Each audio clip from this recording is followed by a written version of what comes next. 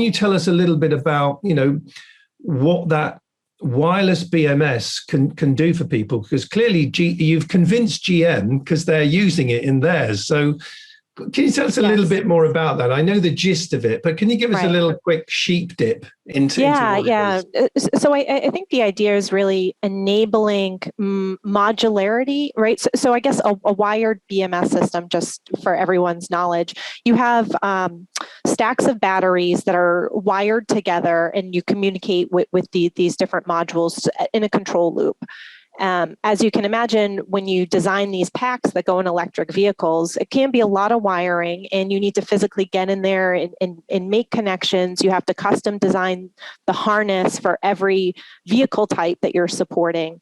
And then it ends up being a very manual assembly process. You can't quite use robotic insertions when you're connecting the wire, and disassembly becomes more challenging. So the idea of the wireless system is just get rid of that wire harness. And now you have a wireless module that you can, and if you saw the GM press release, it enables them to scale very quickly from EV Hummer to a much smaller, something like a Bolt with the same module design.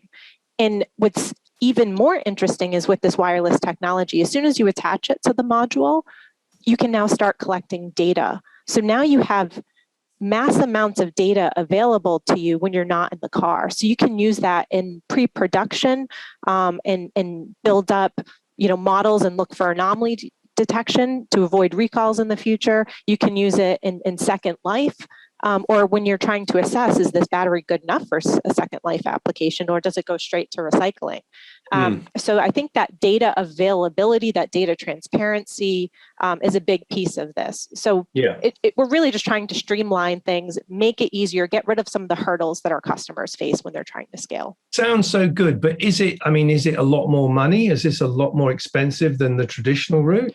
When you look at the total cost of ownership, you actually get massive improvements. But it does take a change of mindset to integrate this. There are a lot of kind of knock-on changes, but if you buy into that value proposition, it's a slam dunk.